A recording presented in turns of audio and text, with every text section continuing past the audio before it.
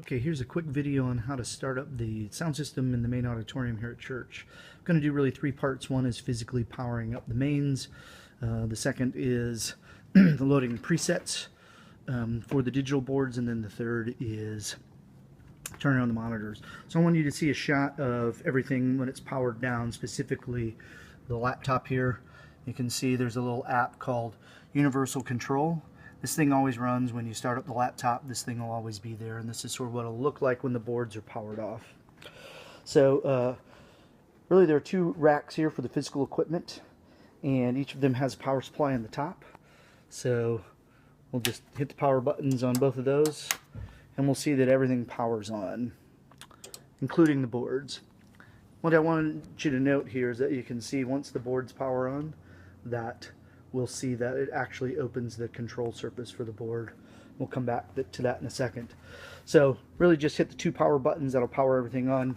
Let's set the volumes on the power amps. This bottom power amp, there are three in the rack. The bottom one is a spare power amp.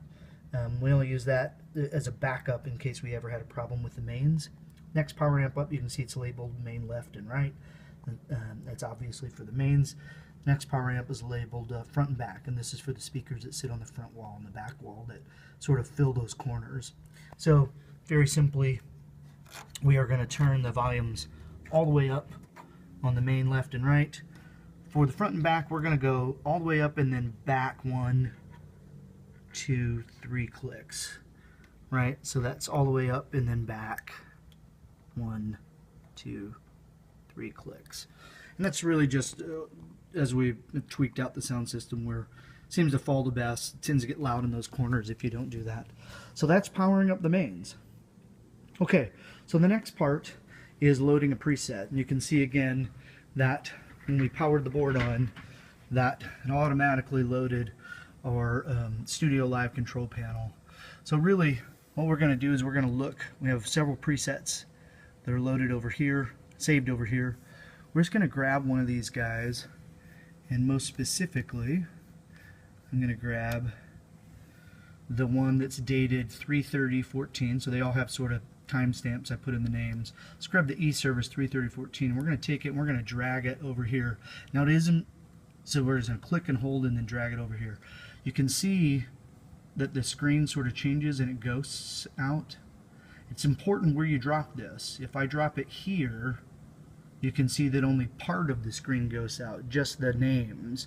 That would only load the names for each of the channels. If I move it up or move it down, we just want to see the whole screen ghosted out. So I'll show you that one more time. I grab this guy, click, hold, drag it over where the whole screen is ghosted out, let it go. So we'll see now that all of the channel names are there and all of the faders are set. This is all we have to do. We have a preset loaded. You'll notice that the physical sliders on the board I have pushed all the way up except for the tech booth and the mains in case somebody needed to change those. These are all the way up and I have them taped into place. What's been happening is that people are accidentally bumping them, and when I bump one of these, it physically resets the fader to that volume if somebody sits their phone here or something. So I moved all these up and taped them in place. If you ended up in an emergency situation where, you know, something was feeding back, you could just pull the mains down. So that's really part two.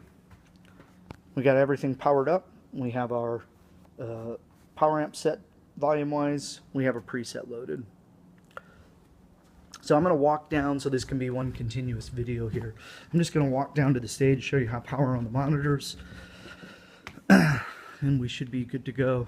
While I'm walking, I'll tell you that occasionally, it hasn't happened in a long time, but occasionally when you power up the boards with throwing the main power switches there and the power amps and everything power up, and when you power up the boards, that control surface doesn't automatically load, and you might see that little agent that was sitting in the middle of the screen there that says application not responding. Don't mess with trying to fix anything on that. Just restart the computer. You can leave everything on, just hit restart on the computer, and when it comes back, everything is fine. If you have any problems with an iPad not connecting, for whatever reason, or when you look on your iPad, the meters are frozen. That's happened 2 or 3 times over the course of a year. Just restart the laptop. That's always the fix. Okay, so 2 things that need to happen here down on the stage for powering the monitors. It's about as easy as it gets. We hit this power button. Now all the monitors are on, right? And we're talking about the physical monitors that sit on stage. The in-ear monitor is powered on from upstairs. So I don't have a light here, but you can see that these volumes in this top power amp are for Chuck and the bass player, and these volumes in this next power amp down are for Nick and Dan. So those 2 physical monitors. So you have 4 knobs for 4 physical monitor volumes. Don't need to change those. We just leave them powered on all the time.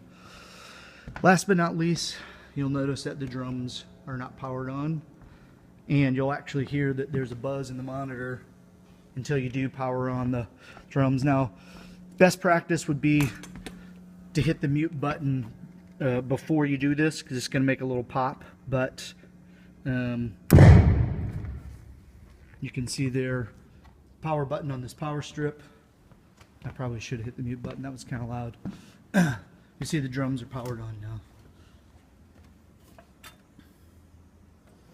And that is how you power up the sound system here.